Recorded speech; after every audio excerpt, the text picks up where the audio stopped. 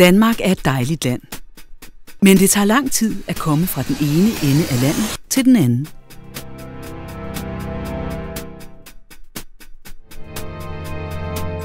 At opgradere det eksisterende jernbanenet vil nok mindske rejsetiden en smule.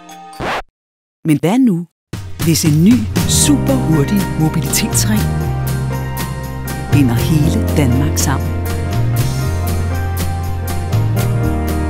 Forestil dig at rejse fra Aarhus til Billund på en halv time. Fra Kolding til Odense på bare 10 minutter. Og fra København til Aarhus på kun 35 minutter. Du kan bo og arbejde i samme by. Eller bo og arbejde i hele landet. Med den nye ring er alting forbundet.